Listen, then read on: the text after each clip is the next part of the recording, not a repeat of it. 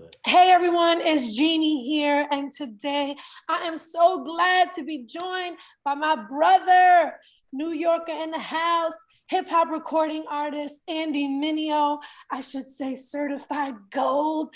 He's about to release a new album, Neverland Part 2, highly anticipated. I've been listening to it. I've got the sneak peek, and I am loving it. Andy, thank you for joining me. Thank you for having me. It's good to hear a New York accent every once in a while. Right. You got that Atlanta accent, right? All the time around you. It's everywhere. It's everywhere, man. It's good to hear it. Makes you feel like I'm home. Oh, well, I see you repping. Always. I always got a Yankee fitted on deck. That's Just right. part of Part of the attire. Yes. We were talking offline. We love the culture of New York is amazing, but we're happy to be where we are now. For sure. Yeah, it's an incredible place to kick it, and the culture's amazing, and it has its it has its difficulties living there because space and all the stuff that does. But much love to New York. But it made us who we are. We're tough as nails. That's right. I go 3 weeks without doing laundry. That's hilarious. So Andy, take us through the journey from Neverland, the first one, to Neverland 2. What has changed? What's remained? So much has changed. I mean, just from the outside looking in. Yeah. But I want to ask you, what's that journey been like? Or what does it look like? Yeah, it's interesting. I mean, I guess I haven't really thought about it, but in 7 years, I've just changed a lot as a man. I was getting ready to get married right before Neverland, and I was talking about all my fears with that, and now I am 7 years later, still married. And yeah, and I love it, man. And so love life has changed and evolved. My taste in music, the way I create, I think I've just gotten better over the years. I would have retired, but I just keep getting better. That's the problem. So I think it's the best music I've ever made. I think I got a different perspective on things now that, more life has taught me things. And I always just try to put what we call survival information into the music, I've lived through some things. Here's what I learned. Here's what I'm going to put in the music. And it seems to help people, man. And people keep asking for it. So I keep making it. And it's the best job in the world, honestly. Love it. What has remained? What's remained? I don't know. I think everything's a little different. But my love for making music, my vulnerability has remained. Every time I approach music, I try to create from the heart. And I think that's something that people always gravitate to, is they know that they're going to get vulnerability and honesty from me. I think that's stayed. I think, my love for hip hop, my vulnerability, who I am, everything else, for the most part, changes and evolves with age and time. I think that's there. I think still having a passion to create music that is not just like stylish, but also has substance. That's still a calling card for me. I try to create wholesome art that isn't preachy or corny. My relationship with God is a continual theme that continues to run through my art and my music, because, you talk about things that are important to you. And I think, that's something that continues to pop up. But yeah, I mean, you got to listen to the album, you said? I did, yes. You did? I mean, what do you think? What stage? I love it. Well, yeah, I would say the same thing. I think that your vulnerability and honesty, you talk about real life things, and hip hop can be anything, right? There's so many things that hip hop people talk about, but what I really, really appreciate about you is that you do talk about real life, and we out here, like we all live in this real life, and we need other people we can listen to and be like, oh, he gets it too. Like, he's grown up, he's prioritized, he understands what marriage is like. You know what I mean? Yeah. We need that. Well, I loved it. Sure. I really do. Thank you. Appreciate it. So I know that, you never really wanted to have the label of a Christian artist. And I was cracking up because I got to also see a sneak peek of the Been About It video. Yeah. And I'm gonna be honest, you know, a fellow New Yorker, I didn't grow up Christian, so I don't know what Christian art looked like back in the day. I don't think you referenced any of it. It was like legit hip hop, Yeah. you know, mainstream hip hop albums in the video, which is hilarious. But I gotta say, I really think you've done a good job at, like you said, keeping the you know, your faith essential theme throughout your art, but Yeah. actually distinguishing yourself from being another Christian, you know, artist. Yeah. Yeah. Yeah. Talk about that, and just kind of like, you know, Yeah. how's that been for you? Yeah. I think like my ambitions are just to be like a great artist and not with any like precursor to that.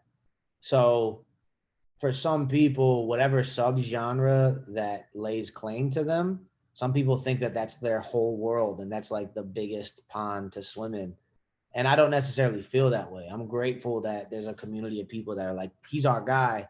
But at the same Yeah. time, I'm like, I don't just belong to one group of people. Like I want to make great art that everyone can enjoy and or you know, larger audiences of people can enjoy. I don't obviously know not everyone's gonna like what I make. But yeah, I've never like saw myself as like I belong right here in this box forever. I've always just been Yeah. like, well, that's part of who I am, but I just want to make art that competes with Kendrick and Drake and Kanye and Cole and all the people that I've felt in competition with. Like that's my competition. That's who I want to create art and excellence to be standing next to the Jay-Z's of the world. Like that's so. Right. Um, I think that's why my taste for music and desire to create dope stuff. I'm not measuring it against subgenres. I'm measuring it against like how can I create art that is excellent on a global level, you Yeah. know? And so that's And it always makes a my push, difference. It for makes a sure. difference because you're bringing the message that you have that is wholesome, to people that, you know, listen to all types of music, and they For need sure. that as well. For So sure. I For sure. appreciate it. I got to say that. I know that Kanye is, you know, I've heard you said this to Ruslan, but you said Kanye is your muse, you know. I love um yeah, he's dope. I And love that he's such a risk taker creatively. right. And then look what he's doing now. He's over here incorporating his faith in his That's music. right. That's incredible. Talk about just, you know, there is, I know, and I know you said you're like, man, I hate when other people do something that I did, because I know you guys both have your mom on your latest releases. I just did that interview with Shaheem and he was like, yeah, he's got his mom on there. I was like, I know. I Well, it great minds think alike. yeah, it irked me a little bit, but at the same time, I'm like, how could you ever plan for something like that? You know, so Yeah, I got my exactly. mom throughout the album and she was on there way before I even knew Donda was coming out, you know. So Right. it's one of those coincidental things, but whatever. Yeah. I But think we I both mean, it's powerful. It's very powerful. It isn't, and it didn't feel, it feels different still. yeah, Yeah, it's a I different don't, approach. let me ask you this though. Did, listening back to your mom, you know, was there anything that kind of stuck out that you were like, man, you know, she said that, you know, or she said that about me? Was there something that you kind of had a moment where you're like, you know? Yeah, there was one moment it didn't make the album, and but what it was she was talking to the interviewer, and she said something like, you know, I used to go to New York City and visit him all the time, and now he's like a famous rapper and he's running around the world, and okay, I miss him. You know, I miss hanging out with him. Can I say that? Okay, you know, and she was like, she Oh, felt like guilty for feeling like she missed me. wow. And she, you know, it was like one of those moments where I was like, oh, she really did feel like, you know, I might not have made time for her once my career Mm, took off, you know, and like mm, she really did miss me and hanging out, spending time. And she felt guilty to even mention it because she's like, I don't want to get in the way of your career, your things, you know, going on. So that was one of those moments that was like a stab in the heart, you know, like, oh.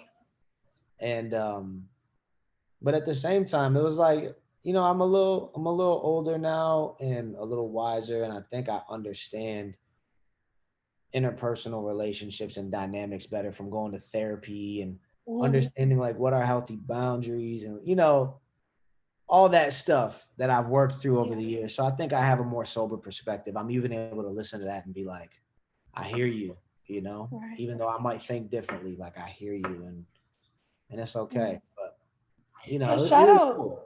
shout out to you for real for being open to that stuff because you know I'm a Latina, so trying to get one of my male relatives to go to therapy and do stuff like that is Oh, extremely hard. forget about it. Forget it. Yeah, you married to a Latina, so you should probably know. I think just for men in general is hard for Right, men exactly. because we've been told our whole life that to have feelings is pretty much off limits. You know, like that's not manly to have feelings. Right. So, but it's also um, stupidity because as human beings we all have feelings. It's just a certain few of us choose to or try to figure out how to process what's happening inside our chest, our heart, and then the Yeah. rest of us just push it down. And it's like, you know, it's like burying toxic waste in your front yard and then thinking nothing's going to happen to your house or your vegetables. It's like it's all still there. You got to deal Yeah. with it, throw stuff out, work with it. But it's hard. It's hard for people to get vulnerable, man, because it means like people don't feel safe. Like, oh, what if someone sees me and they reject me or they don't like me or there's stuff I got to work on? I'd rather just act like it doesn't exist Yeah. than try to just bury things and move through life. But what I've found is when we bury stuff, you know, as men, uh, somebody told me we bury emotions alive. Like they're not dead; they come out at some point. Wow. And unless you deal with them and work through them and have community or therapists or people that like or people around you to feel safe to share those things, you just end up carrying it and it becomes a weight on men that there's a quote that says like men live lives of quiet desperation. We Mm. just bottle everything in and we're quiet, but Wow. we're desperate to be known and seen and understood. And Wow. that's why I talk about it a lot because I'm like, I don't feel weak to share that I go through things, that I cry, that I allow myself to feel things, that I allow myself to feel sad, hurt, angry, Mhm, shame, mhm. fear, guilt, all these things that we try to bury because I know how much has helped me. And if I gotta look ridiculous to somebody else, but to tell them like it's all right, you know, I'll sign up to be poster child for that for some people, Wow. you know. But I just want people to be healthy, man. We live our Yeah. whole life and die and feel like we Exactly. hid a lot of who we are because we didn't know how to just have language or space to Yeah. deal with trauma and hurt and past and all that stuff. So And I gotta give you credit because you didn't have the example, you know, before you. for sure. Um, and you know, when you talk about stuff like that on your albums, it's always so powerful because there's so many other people who feel like you feel, who didn't have a father there, who, you know, and I just thought I gotta commend you. You're doing the work and that is just incredible. And you're actually allowing space for men to be able to model your behavior and your patterns. And I love that. You talk about it all throughout the music, like, you know, adulting, you know, priorities. Yeah. I love Remind Me. I love that. That's my favorite song. Um, but you know, you kind of talk about all these grown things. Talk about why you wanted to kind of really help people know, like, this is where I'm at. Like, I'm a homeowner now. I'm a husband. Like, Yeah. I'm trying to do real life out here. Yeah. Well, I mean, it wasn't even like premeditated. It was just like I've always just shared with people where I'm at and what's going on. And these are just the things that happened in this period of my life, you know? So I'm like, this is what it is. I'm buying cabinets and countertops. You know, at one point I was buying Jordans and fitteds, you know, it's Right. like it's just a different time. Well, So why don't other people talk about it? Because, like, seriously, I'm listening to your album and I'm like, I don't feel like other artists talk about this. Like, and this is like everyday life. We all kind of, well, we should, right, be growing into this. I don't know. It was just, it was very refreshing. Yeah. I don't know, man. I can't speak for other artists. But my guess is just like, there's certain content that you can create and like inspiration you can pull from that's always safe. If you're a rapper, you can always talk about your jewelry, your cars, the girls you sleeping with. You always, you know what I'm saying? You can always do those things, and like everyone's like, yeah, cool. If you're like, I've been hurt by my father and I don't know how to deal with it, that's like, I'm not sure if I'm going to process that. So I think it might just be like you're saying, the work I've done outside of the music allows me to feel comfortable enough to lay it out in the music. And that's something I've learned over the years, is like, we always think being vulnerable is going to push people away. But what I've found is when you're vulnerable, people come closer and they go, really? Me too. I'm here for you. So it's the opposite of what we think. And I think I learned that early, like in my career. I think that's why it's something I always go to, is like, just be real with people and they'll appreciate it. And you speak from the heart and people will connect with it. So. Yes, and we love it. So please keep doing that. Let's talk a little bit about faith, because I know I heard you say some really amazing things in your interview. I did see the Ruslan interview, and you were talking about the church and just Western church and how it's ran like a capitalist business, which I agree. My husband's a pastor, and we meet in our house, and we just out here in these streets, like we're boots on the ground. We're not, we're not what church looks like in the American way. We're not. So it was great to hear you talk about that, but kind of talk about that, the evolution of your faith. And there's a lot of these words that get thrown around now, deconstructing and reconstructing. Yeah. I'd love to kind of hear more about where you are in there. That's yeah. Man, that's probably its whole own podcast. But I mean, I guess like the Cliff Notes version of it would be like, I came in, I had a real experience with Jesus, and I was like, all right, I want to follow Jesus. It's like, I'm a Christian. He's real. Yeah. And then, I started I think once you become a Christian, then there's like opportunities to be a part of camps or like little philosophies within Christianity. And, my mom grew up like Assemblies of God, like Pentecostal charismatic, so, she's swinging from the rafters, you know what I'm saying? And then, then there's like, there's the Baptist, there's the Black church, there's, all these different expressions of Christianity. And I got caught up in a particular group of Christians. It was considered the Reformed theology group of people. And, I think in that's where I started kind of getting shaping my ideas and my theology and all that stuff. And then what ultimately happens is like over the course of a few years, you start to realize like, oh, I don't think this is right. Or, oh, I think maybe this is off. Or you start to see people that you look up to and admire who are pastors and leaders have like terrible fallouts. And then you're like, wait, is there such thing as real Christians? Or like, I looked up to these people and them having all these fallouts. I know people are flawed and broken, but it starts to make you wonder like, well, they gave me information. So I'm wondering, did the information they give me, was that wrong? And you sometimes you can turn people hurt into God hurt. Like they did that. So God did that to me. It's like, that's not necessarily true, but it makes you question things. I think over the years, seeing things that I thought, kind of getting behind the curtain a little bit, being in the Christian world to a degree, you kind of start to see things. You're like, this don't add up. And I think that sent me into a bit of a deconstruction. Like, all right, I'm not just in my early 20s now, just listening to what people say and taking it all in. I think I have to actually really filter this stuff out, rethink and re-understand who I am as a man and also as a Christian, and what parts am I going to keep and let go of, and what parts are helpful, what parts are not. And, that's been a journey for me since like 2016. And I think it's still a journey. Like, I don't feel like, oh, I've arrived. This is all the answers. But I think that's an okay place to be. And, I have my opinions about things, but I think earlier on, I think this is a difference. Like, I have my opinions. I don't feel like everyone else has to share my opinions or my thoughts.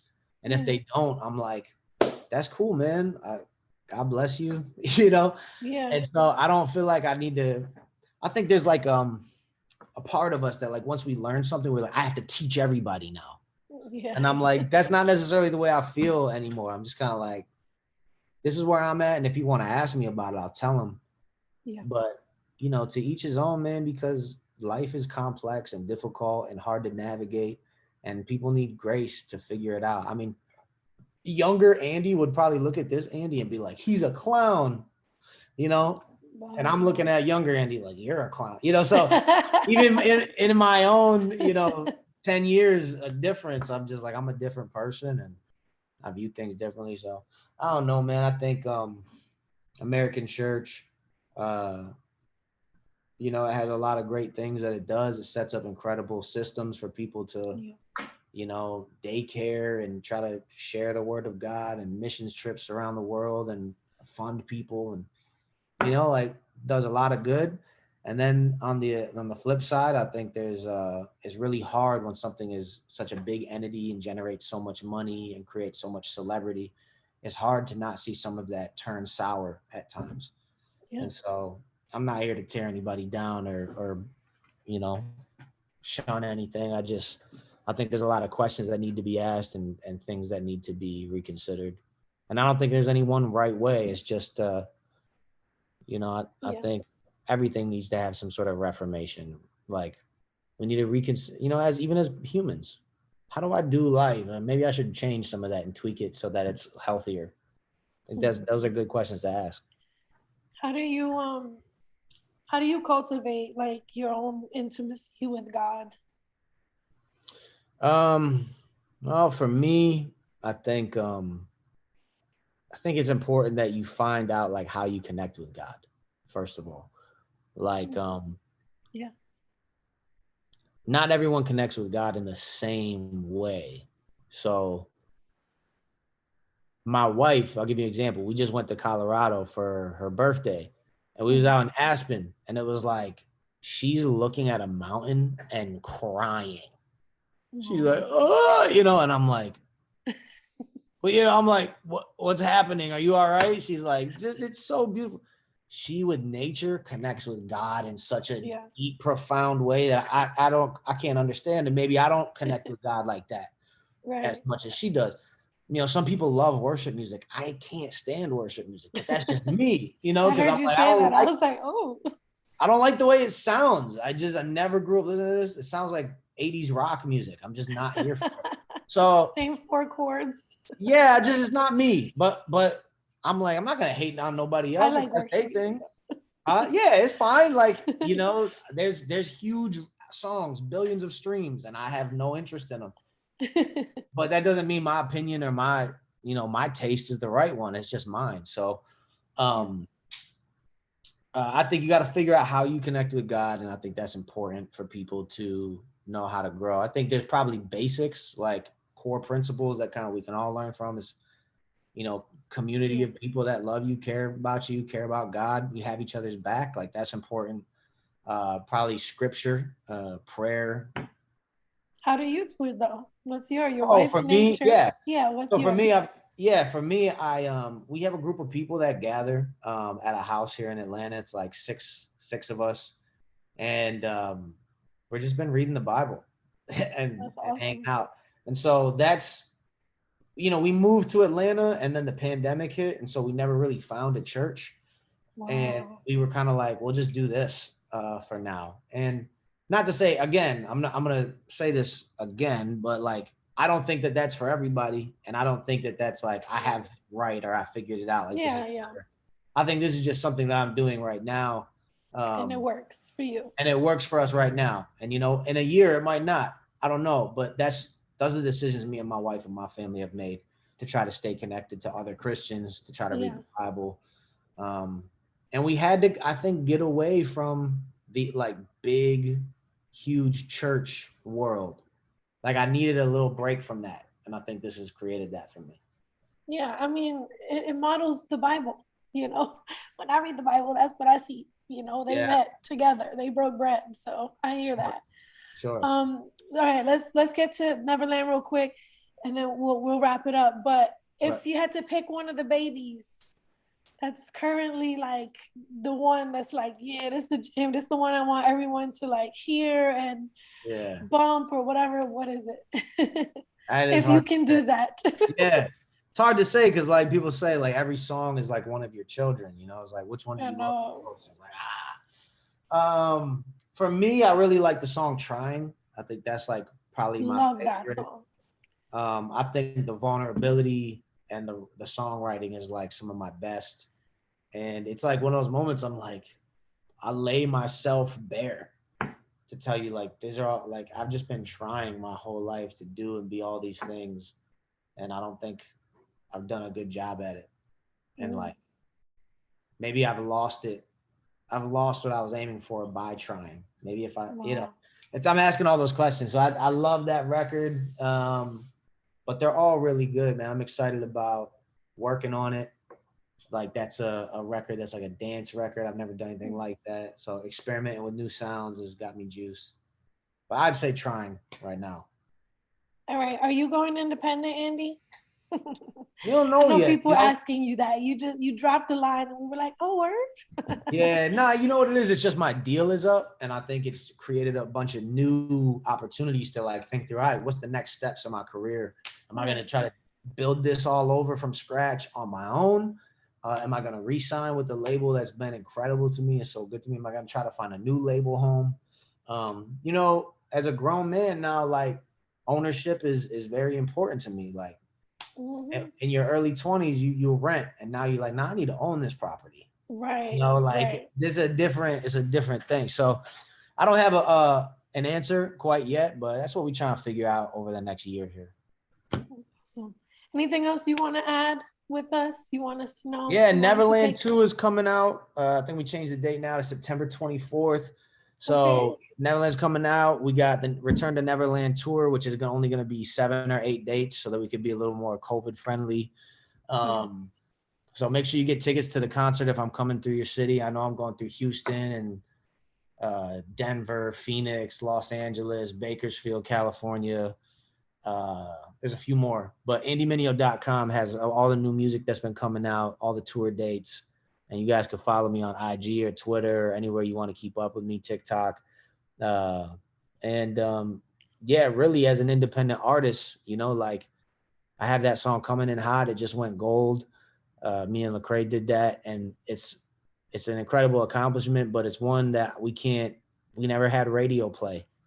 It's only been by the support of fans and people who spread the word. And so I just want to say to everybody listening, like, if you think there should be more artists like myself in the world making art and creating, I really need your support because we don't have enormous budgets to be on the radio and do all that stuff. So it's like your support, you're buying a ticket, you're downloading the album, sharing it, pre-saving it, all that stuff is just massive to somebody like me. And I'm grateful for everyone who does that. So, yeah.